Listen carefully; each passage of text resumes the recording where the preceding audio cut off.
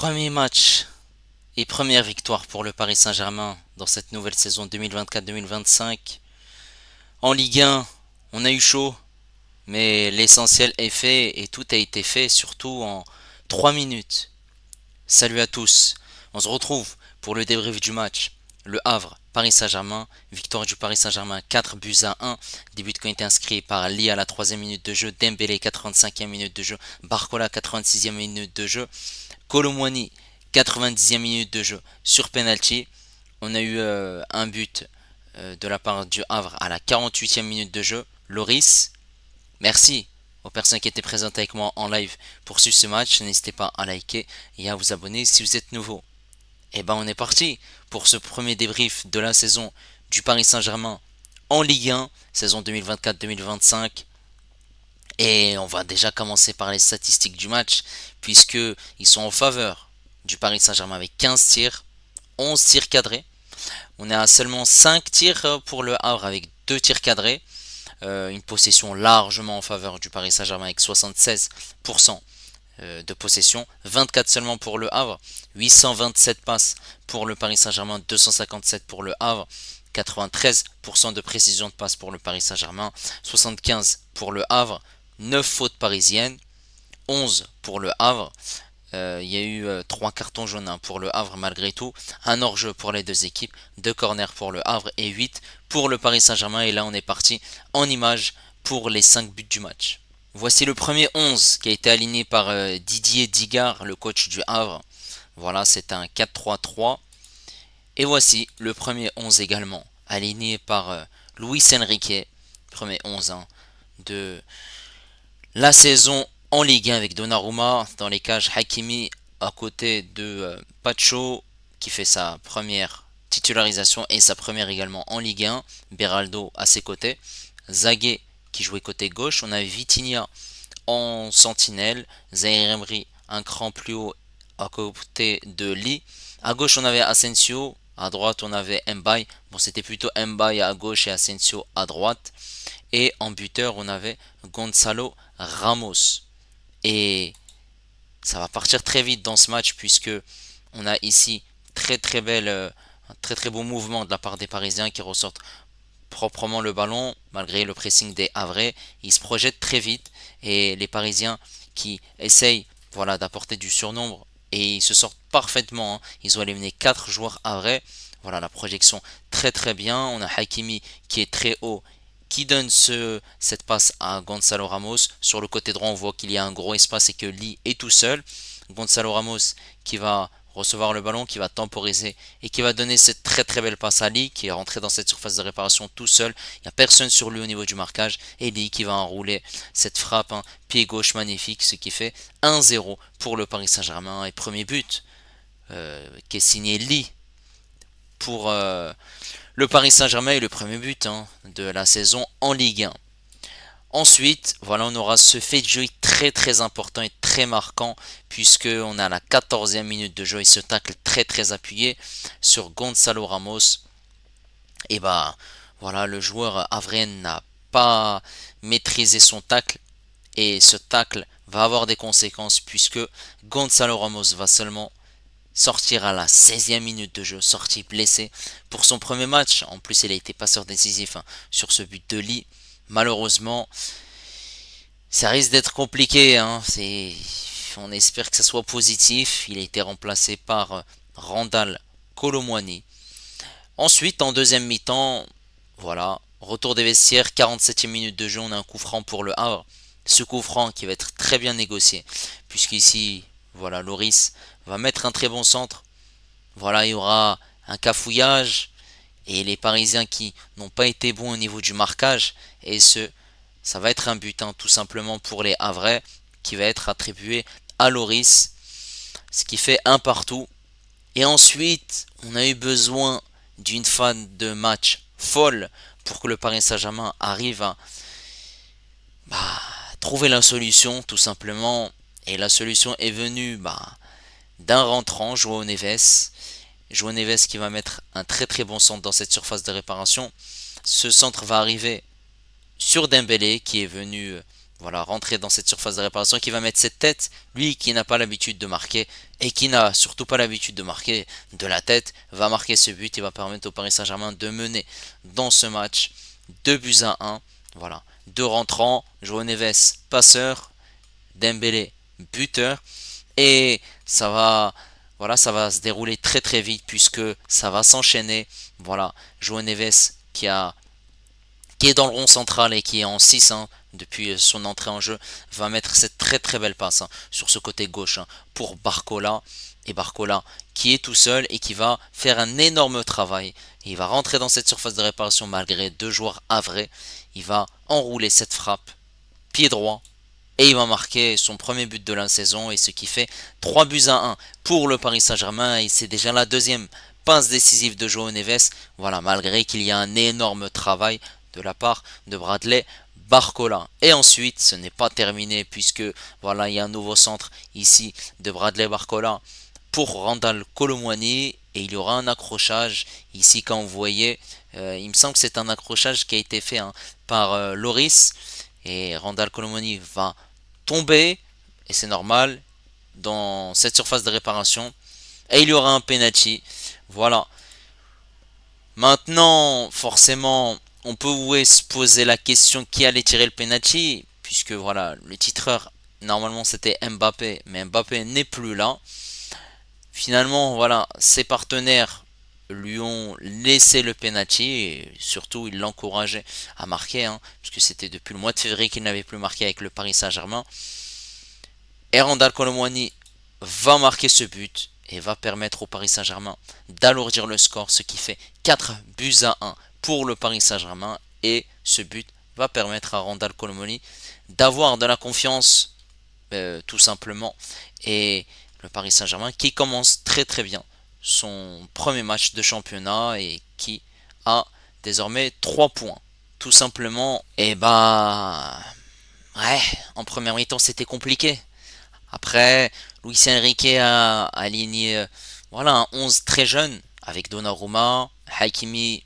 Une semaine après avoir obtenu la médaille de bronze avec le Maroc, il était titulaire. Beraldo, pas chaud en défense centrale. Marquinhos était sur le banc. Et on avait Zagué à gauche. Vitinha en 6 au milieu de terrain. On avait Zaïre Emery un cran plus haut et Asensio également. Et côté droit, on avait Lee. À gauche, on avait le jeune Mbaye qui a seulement 16 ans. Et en buteur, on avait Gonzalo Ramos. Forcément, avec ce 11 très jeune, le Paris Saint-Germain a réussi malgré tout à marquer ce but sur cette phase de construction très rapidement en première mi-temps. Ensuite, le Paris Saint-Germain a eu un peu plus de mal. Voilà. Plus les minutes avançaient, plus le Havre prenait un peu plus la confiance. Et forcément, il y avait un peu plus de tacle, d'envie de la part de cette équipe du Havre. Il mettait plus d'impact physique pour essayer de bloquer forcément ces Parisiens. Voilà, il y a eu quelques tentatives malgré tout de la part du Havre, mais c'est une première mi-temps largement en faveur du Paris Saint-Germain, même s'il y a eu quelques petites frayeurs en fin de première mi-temps. Et en début de deuxième mi-temps, et bah là le Paris Saint-Germain s'est fait surprendre. Ce but du Havre arrive très tôt sur une phase de jeu qui, voilà, malheureusement ça n'a pas été réglé. Coup de pied arrêté, bah ça fait but. Et ça c'est depuis la saison dernière. Et même aussi lors d'un match de préparation où on encaisse un but.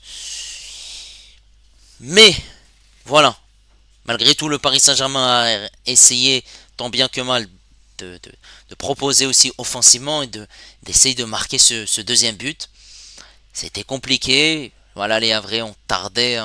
Surtout Didier Digard n'a pas voulu bousculer son schéma tactique pour essayer d'obtenir ce match nul, et ce qui est un très très bon point pour le Havre. Mais forcément, le Paris Saint-Germain a poussé. Luis Enrique a effectué des changements. Il en a effectué déjà un au retour de la pause, avec l'entrée de João Neves qui est rentré à place de Mbaye. Donc forcément, João Neves a occupé ce poste du numéro 6, Vitinha un cran plus haut en numéro 8, et Asensio était du coup plus haut, c'est-à-dire côté gauche. Ensuite, il y a eu les entrées de Barcola à la place de Asensio, l'entrée de Dembélé à la place de Lee Kan-in et l'entrée de Marquinhos à la place de Zagué. Il y a eu bien évidemment je l'ai pas cité, mais l'entrée de Kolo Muani à la place de Gonzalo Ramos, voilà, comme il était sorti blessé en première mi-temps à la 19e minute de jeu. Et forcément, les trois changements, João Neves, Barcola et Dembélé, ont pesé et ont fait la différence. Puisque João Neves, on va rentrer ensuite voilà, par rapport à la prestation des joueurs parisiens. João Neves qui a fait deux passes décisives, Dembélé qui a marqué, Barcola qui a marqué. Donc, voilà. Kolo Muani aussi qui a marqué, trois remplaçants qui sont décisifs, buteurs. Et si on compte João Neves, ça en fait 4. Et maintenant, on va parler de la prestation des joueurs parisiens. Donnarumma. Et bah Donnarumma, il n'y a pas eu grand chose puisque le Havre a eu seulement 2 tirs cadrés. Donc forcément c'était plutôt rassurant et qu'une possession à 74% pour le Paris Saint-Germain. Donc il était plutôt tranquille, 5 petits tirs. Mais malgré tout il y a eu ce coup franc où il encaisse ce but. Voilà, malheureusement c'est plutôt la défense qui n'a pas été au top au niveau du marquage. Mais sinon il n'y a rien à dire. Et côté droit on avait Hakimi. Alors Hakimi, j'ai trouvé qu'il a fait un match correct, il a été intéressant, c'est lui qui a l'avant-dernière passe sur le premier but de Lee, il fait cette remise sur Ramos, ensuite voilà, forcément il a été intéressant, il a beaucoup percuté, il était très haut, forcément avec un Paris Saint-Germain qui avait la possession, il combinait, il essayait de trouver des solutions, on le voyait aussi colisser par moments au milieu de terrain, et forcément quand il y a eu l'entrée de Dembélé, on l'a vu encore plus à l'aise, puisque les deux joueurs s'entendent très bien au niveau de la percussion, au niveau de l'accélération. Donc, malgré tout, il fait un match plutôt intéressant. En charnière centrale, on avait Beraldo et Pacho. Pacho qui effectuait sa première titularisation avec le Paris Saint-Germain en Ligue 1. Et Pacho, je l'ai trouvé plutôt serein, très intéressant à la ressortie des ballons, que ce soit aussi au niveau des duels, au niveau de la passe. Et voilà, on a senti qu'il était à l'aise et il y avait une sérénité. Voilà, c'est un match très très très intéressant, pertinent et au top pour la suite de la saison. Aux côtés de Beraldo, Beraldo j'ai senti qu'il avait fait un match intéressant. Voilà, par moments il y avait quelques petites frayeurs au niveau du marquage, au niveau de certaines phases de jeu, mais il y a eu voilà, notamment une très très belle passe en première mi-temps vers l'avant où Lee a eu une occasion. Voilà, je l'ai senti en jambes. Forcément, voilà, avec l'entrée de Marquinhos, il a été repositionné sur ce côté gauche, même si c'est pas son poste de prédilection. Et forcément, voilà, cette charnière centrale a été malgré tout au rendez-vous. Côté gauche, on avait Zagué. Alors Zagué, c'est un jeune joueur qui ne joue pas sur son bon poste. C'est un latéral droit qui joue latéral gauche. Donc forcément, on ne peut pas lui en vouloir. Il a fait malgré tout une prestation intéressante. À souligner malgré tout qu'il y a eu un but hors jeu pour le Havre. Et il y a eu cette erreur de la part de Zagué. Mais on ne veut pas lui en vouloir. Ça n'a pas eu de conséquences, heureusement. Et c'est surtout un joueur qui est en phase d'apprentissage. Donc, voilà. Malgré tout, il faut souligner que c'est une prestation encourageante pour le jeune Titi parisien. Et au milieu de terrain, on avait laissé Vitinha au rendez-vous, au top du top, bah, avec le Paris Saint-Germain lors de ce dernier match de Coupe de France contre l'Olympique Lyonnais. Voilà, 7 euros qui était plutôt réussi pour Vitinha, avec une place de titulaire, et aujourd'hui il a fait une prestation pour son premier match de Ligue 1 très très intéressant. Il a été très intéressant de par ses passes vers l'avant qui cassaient les lignes. Voilà, on l'a senti plutôt à l'aise aussi lors des 16 derniers mètres pour tirer, pour provoquer, pour trouver des solutions face au but. On l'a senti aussi à l'aise avec Zaïre Emery Asensio et aussi avec l'entrée de João Neves. Voilà, cette doublette portugaise, on voulait voir à quoi elle allait ressembler. Forcément, avec son entrée à la mi-temps, Vitinha est passé un cran plus haut et João Neves en 6. Et lorsque Vitinha était en 8, il est aussi très intéressant. Voilà, il est intéressant de par ses passes, même aussi dans les petits espaces pour trouver ses partenaires et pour aussi provoquer. Et voilà, c'est très intéressant et très encourageant. Voilà, Vitinha, il n'y a rien à dire, tout simplement. Et on avait Zaïre Emery Voilà, Zaïre Emery qui avait fait une deuxième partie de saison, voilà, un peu plus compliquée. Et aujourd'hui, j'ai trouvé qu'il a fait une prestation correcte. Correcte de par son engagement, sa vivacité, son pressing aussi. Il y a eu quelques pertes de balles malgré tout, à souligner le déchet technique hein, de la part du Paris Saint-Germain dans ce match.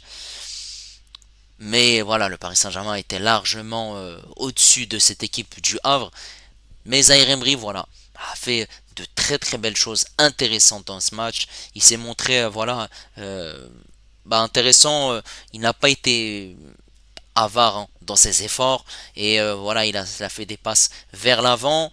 Il a essayé de jouer rapidement, de combiner aussi avec ses partenaires. Voilà, je l'ai senti au top.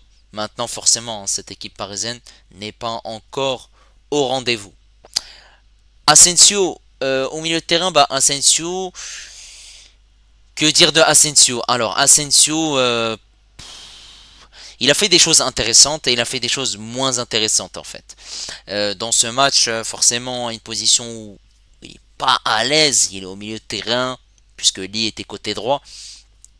Voilà, il essaie de jouer en tant que milieu créatif hein, et essayer de combiner, essayer d'accélérer, de jouer avec ses partenaires. Il n'y a pas eu de réelle occasion hein. Pour Asensio, dans ce poste, je suis pas très fan hein, dans ce milieu de terrain en tant que numéro 8 ou en tant que faux numéro 10 lorsque voilà, le Paris Saint-Germain avait le ballon au niveau de l'animation de jeu. Voilà, je trouve que dans ses efforts, ça a été bien, mais c'est insuffisant dans ce qu'il pourrait faire. Voilà, après forcément, il n'est pas dans son bon poste. Côté droit, on avait Lee. Alors Lee, j'ai très très très bien aimé le match de Lee. Et il confirme Lee par rapport à son dernier match hein, contre le RB Leipzig, hein, ce match de préparation. J'ai très bien aimé puisque il a marqué, il s'est montré très intéressant dans les petits espaces. Voilà, il combinait, il driblait, il essayait de provoquer et essayer de aussi être décisif. Et ça c'est important hein, pour essayer d'avoir des buts, d'avoir des passes décisives, surtout le mettre en confiance. Moi j'ai senti un Lee voilà intéressant qui jouait vers l'avant, qui essaie de provoquer, qui essaie surtout de dribbler, essaie de surtout marquer. Ça, c'est un point positif. Et il l'a fait. Voilà. C'est très très très intéressant et très encourageant pour la suite de la saison. Voilà. En tout cas, ce but va le mettre en confiance et sa prestation est totalement réussie aujourd'hui.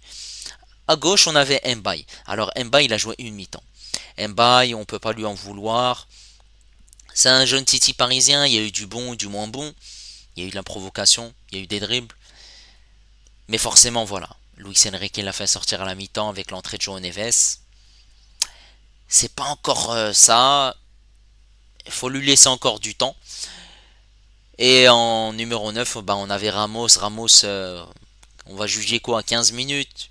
Il est passeur décisif, mais malheureusement, il est sorti blessé. Maintenant, au niveau des entrants. Alors, on va commencer déjà par l'entrée de Randal Colomwani. Randal Colomwani qui a marqué sur penalty. Randal Colomwani qui a eu des occasions. Et Randal Colomwani qui a raté ses occasions. Randal Colomwani qui a raté ses occasions et on pouvait se poser la question par rapport à la sortie de Ramos sur blessure. Puisque maintenant il reste plus que Colomwani hein, comme neuf. Et c'est compliqué parce que certes il y a ce but qui va le mettre en confiance. Mais il faut qu'il marque. Un buteur doit marquer, il doit être décisif. Bon, voilà. On va pas lui tirer dessus. Pour l'instant, c'est son premier match en Ligue 1. On va voir la semaine prochaine contre Montpellier ce qu'il va faire. Voilà. Ensuite, on a eu les entrées de Barcola et Dembélé. Les deux entrées ont été satisfaisantes. On va commencer déjà par Dembélé qui a été très très très intéressant de par ses dribbles. Il y a eu du déchet technique comme d'habitude, mais il y a eu cette combinaison et cette connexion comme d'habitude avec Hakimi où ils sont montrés voilà très complices et on a vu un Dembélé très intéressant vers l'avant qui se projetait, qui percutait. Voilà ce qui fait plaisir, buteur de la tête. En plus, voilà, il marque pour son premier match de Ligue 1. On sait que voilà la saison dernière il n'a pas beaucoup marqué. Et il a marqué seulement 3 buts, il me semble. Donc ça fait plaisir, ça va le mettre en confiance. Et forcément, il faut marquer cette saison pour il n'y a plus un joueur qui peut marquer 40 buts, mais maintenant ça peut être un joueur en phare qui pourrait marquer une quinzaine de buts. On sait qu'il est très très intéressant au niveau des passes décisives, mais s'il pourrait marquer entre 10 à 15 buts, voire 20 buts, allez on est gourmand, toute compétition confondue, bah ça serait un plus et ça serait incroyable. Et ben on a eu l'entrée de Barcola et Barcola il confirme son euro réussi avec ce très faible temps de jeu et sa deuxième partie de saison avec le Paris Saint-Germain qui a été très très très intéressante. Et Barcola, et ben on est satisfait. Barcola on est satisfait puisqu'il a marqué, il a provoqué sur un raid solitaire où il a été très très intéressant. Voilà, il n'y a rien à dire, hein. Barcola, on l'a senti à l'aise dans ses dribbles, dans sa percussion vers l'avant. Chapeau, chapeau à ce monsieur et ça fait plaisir. Il se montre décisif. Et on va finir avec João Neves qui a effectué 45 minutes et 45 très bonnes minutes. Certes, au début, c'était un peu plus compliqué de rentrer dans ce match, mais petit à petit, au fur et à mesure des minutes, il a trouvé sa place. Forcément, c'est en 6 et il a été intéressant. On sait que forcément, il peut jouer en 6 voire en 8 et sur le deuxième but, il percute et il est en tant que 8. Et Vitinha est un cran plus bas.